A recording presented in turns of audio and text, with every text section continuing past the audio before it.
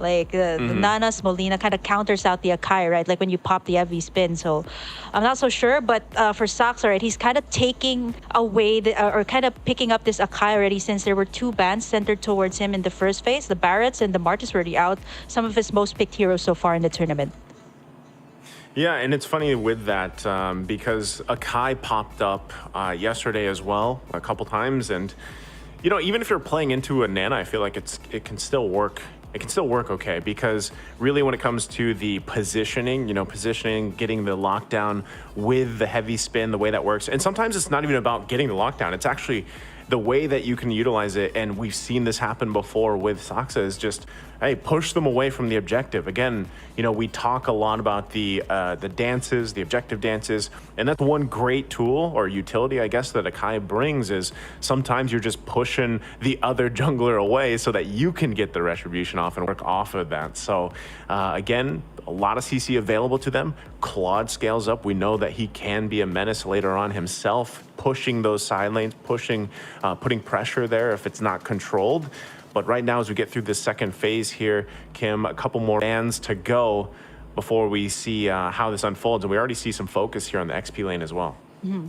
Yeah, Dilar, I was actually going to talk a little bit about that, because looking at RRQ Hoshi, they kind of want to focus on like team fights, right? You got the Guinevere here to set up the plays. Even the CC here kind of sets up the plays. But for RRQ, they're kind of, you know, respecting the fact that Dilar, this is not a Ruby, Dilar's Ruby. So he might actually go for, you know, something else. We've seen it on a Lapu Lapu several times. Benedetta as well, that can do the split pushes here for Burmese Ghouls. I talked a little bit about that earlier, that Dilar can also go for those kind of mobile heroes that can disrupt the jungle. So for RQ Hoshi, the last ban, I feel like they should center it around Dilar. Just the same thing as like Burmese Ghouls is centering around the jungle here for the last two bans. They take away the Lancelot and the Nolan that I mentioned, that is really good when you kind of want to go for that great early game, which kind of leaves Irad here with either going for another utility, because they already have the burst damage here, or they want to add up to more damage by picking up like a, you know, something crazy like a Fanny here. I mean, they already have Skylar here to pick up that either a carry here to shred up the tanky heroes, or maybe go for something like something that can go head to head with a Claude in the early. Could do that. They could, again, I think they could even possibly just go a safe route. They already have so much damage available to them in the early game. If they really want to go in with scale and work around this, they might even opt. What if they go for, of course, like, it's not banned out, the carry's available, Bruno's still there. Those are some picks that they could pick up and go with. Fairness being picked up on the other side, again, is something that you have to be conscious of, right? I was even thinking of possibly an Aurora popping up, because we've seen that come through quite a bit. There's the Bruno. So Bruno is going to be locked in. That's the choice here for Skylar, which is great, because Bruno's a great turret destroyer, right? Let him go ahead and farm up, do what he needs to do, and then the damage has to be respected later on. The Minotaur, last pick here for RRQ Hoshi. So now we know exactly where things are falling into place, right? Of course, this provides them a lot of that sustainability still, based off the heroes that they have, and a lot of CC. So it's a good thing that Burmese Ghouls has that fairness, right? Because they're going to want to use that that Colt Altar to really help them survive a lot of this. Yeah, they're already anticipating that this is going to be an all-out brawl between them and RRQ. I mean, looking at the lineup here of RRQ, you got the Minotaur, the Guinevere. This is what's really good about the Guinevere too. I think this might actually be the Irad's hero, right? So as long as the Guinevere has someone to front for you, you can just keep on setting up and not worry about getting taken down. But for the side of Burmese Ghouls, they also lock up something really interesting themselves. And I think overall, like, you can expect to see like a lot of clashes here from the start and even up until mid-game. Again, we'll see as both these lineups are locked in and ready.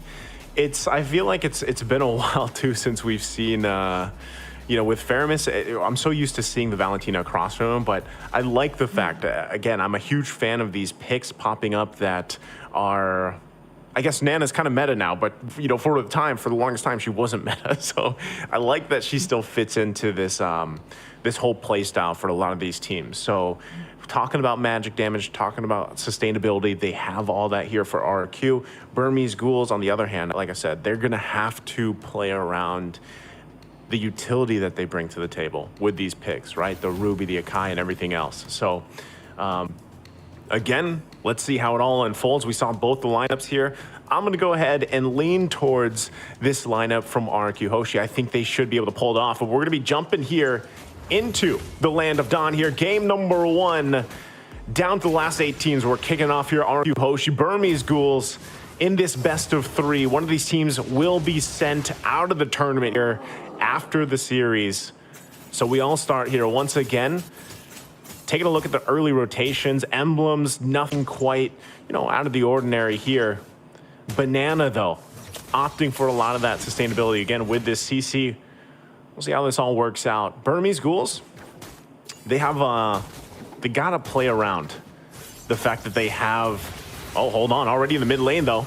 Jump in, come through. Nico's gonna be just fine. Gives them a thumbs up as well. So for now, back and forth. We're gonna wait for that first big objective, of course, the turtle. I'm not sure if either of these teams have what they need to get an early first blood before the objective. I think it's better they play it safe again when we're talking about exactly what is at stake here, right? So for now, let's see once again how it goes. Banana and Delar. Banana should have a pretty good lane so far for the most part until that level 4 is available. There you are, Kim. So yeah, nothing, you didn't miss too much. Oh yeah, definitely. It's a minute in, no first blood. Kind of expected to see this from, of course, RRQ and Burmese. They want to be a little bit more careful, kind of going in for a lot of these early game pokes first.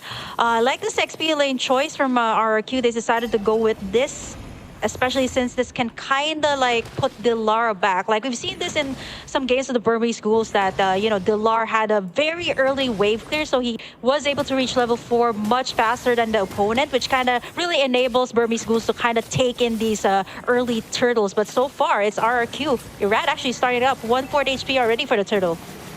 Yep, they go in, heavy spin already used. Turtle for the taking, Irad gonna be able to get it. They get the stun off as well. Not sure if they still want to be going for it though. They're gonna fight it out and they back off, they disengage. Good thing too, once again, they have that nether realm available from Nico. Yeah, those was very good zoning as well from RRQ. Like you see Banana, not only was he able to clear lanes pretty fast, he was also able to zone out Saksa there, so he can, you know, push forward and try to go for that heavy spin and just click that retribution and steal that Lord. But overall for RRQ, right, like so far their lanes are pretty much contained. Like you see how Delar was super aggressive too when it came to like the turtle take. He went in and tried to go in for that level 4 so he can pop in that Black Dragon and be able to kind of, you know, kind of mess up RRQ's turtle take there. But so far RRQ has been successful. No first blood yet. 3 minutes in already in the game. Yeah, which is interesting, right? Because we're talking about the aggression from both of these teams, but and that's not going to find the connection they're looking for. But hold on, still pressure. Oh, what a huge! I'm offended into the heavy spin, able to get the lockdown. Irad going to be the one to go down. First blood going to the hands of Burmese Ghouls. What a set there from Blink, utilizing the flicker combination with the I'm offended. Still going to be up here on the top side, but they should be fine for now. What a play! Yeah, just when we were talking about no first blood, kind of called it there. Nice tuck in there. Flicker was available for Blink and he was able to do that. And now Banana in trouble. Ooh, this is what I was talking about though. 1-for-1 trade-off onto the bottom side. And you see kind of like the aggression of Delar, right? Going right into the turret to make sure that he gets the pick off. But again, kind of nullified since it was like a 1-for-1 trade. Here on the middle side though, Burmese Ghouls. Brusco setting things up, but not be able to get anything. Burmese Ghouls so far, they got that nice first blood. They got it in 2 pickoffs, but it's still RRQ Hoshi leading, all because of the turtle takes that they've been taking. And not to mention, look at Skylar there over on the top side, actually forcing Stitch to actually go to the XP lane instead. It's a good choice. I mean, a lot of these rotations happening here are very smart on both sides, you know, for the most part. An early game, not anything too crazy happening. You see Blink, if he continues to do that every time the flicker's available to him, is really going to pay off, right, for these goals. That's kind of what they have to do. But Brusco even on the other side, well-timed Minoan Fury is going to help them out. And not only that, but they have the extra CC available to them with Irad's kit. Dragon Form gonna come down, still be working for this turtle. Second one, Sox able to secure it. Gets the lockdown now on Irad. He's kind of stuck between the wall. He'll get taken out by Delar. And there's nothing RRQ could do there. So objective and a kill for Burmese Ghouls. I like how Burmese Ghouls also kind of like knew that Brusco there did not have that flicker, so they were so confident in trying to take down this turtle to the point that the RRQ was just like trying to find the proper setup there. We kind of see the attempts there from Irad trying to go in for the Violet Requiem and the Spatial Migration, but you know, it kind of backfired here onto RRQ, and now so far Burmese Ghouls, they've done a good job of equalizing things out. Brusco though goes in, jumps in, but look at that. Again, the sustainability is kind of the way, of course, NetherRealm works. It buys you a little more time, and they're going to be just fine. I'm worried about for the side of Burmese Ghouls, though. They have to check Skylar as of the moment. He's gotten all the gold plating over on the top side. Not to mention that he's been pushing the lanes pretty fast. You did mention that this Bruno is a turret shredder, and so far he's been taking this turret down almost to 1/4 HP. They should be able to take this. Great map control here for RRQ. Great space that they've made, especially since they still need to take in the last turtle and possibly the next Lord coming into this game. But so far, gold lead, you don't see anyone leading as of the moment because everybody is so... It's kind of a little bit careful when it comes to all these engages, right? Like once you engage, you don't have that right follow-up, it might actually just be a double-edged sword for your team. Yeah, and I think that's, again, you have to respect the fact that even with everything happening now, you know, the past couple of minutes, it's pretty much even, economy-wise, right, for the most part. And Skylar not going down, able to kind of just farm up here is great for RRQ. But even on the flip side, Burmese Ghouls, exactly, Stitch, having an early kill, able to work on his own here, will pay off later on, of course, as you scale up on this Claude pick. So right now, stalemates. Third turtle of the game, though, for the taking here. Both teams getting in position. Only Skylar down on the bottom side, so both teams want to go full force here. The difference maker could be that gold lane, having that available. You can already see in the mid lane, whittling down slowly, but Stitch going to go down bottom. Team's going to be fighting it out 4-on-4 here for this third turtle. Taking it slow. Turret goes down to the bottom side as both gold laners wait there. Turtle's going to reset once again. Still looking for an angle here. Brusco there in the front lines. No one committing just yet. They're trying to feel this out. Yeah, they have to. There's some pressure, though, in the mid lane. They got to deal with it for now. RQ still in position. But right now, Burmese Ghouls just kind of letting them take control of this space. Blink not going to commit. There's a Dragon Form finally going for the initiation. Huge stuff there from Brusco, though, with the Flicker, Minuan Fury. Now they're going to be battling out. Still looking for a kill to fall here, though, as both gold laners trying to make it away. Delar will finally fall. Stitch now joining the fight. Irad taking a couple shots. He's almost there, but another knockup comes through as Irad falls. It's a double for Stitch, though. But Skylar finally gets a kill as well. And now the mid lane turret goes down next.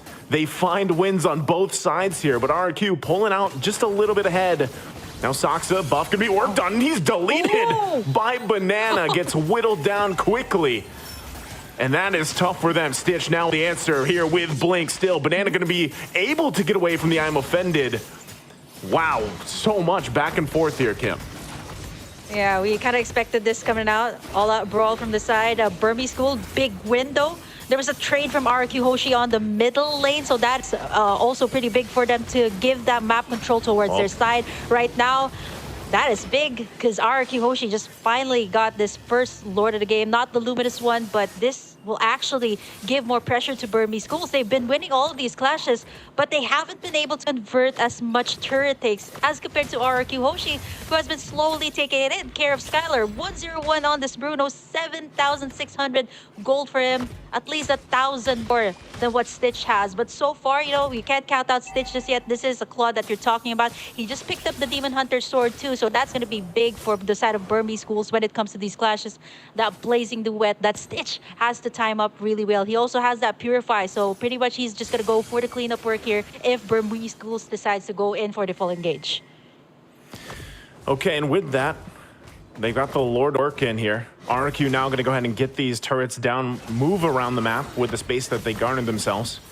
We'll be taking the resources as well on top of it. So Burmese Ghouls, once again, finding themselves in a troubling position. This round could slip out of their hands very quickly, depending on how they deal with this push. It's going to come down once again if Blink can find a setup that he's going to be looking for on this Ruby pick once again.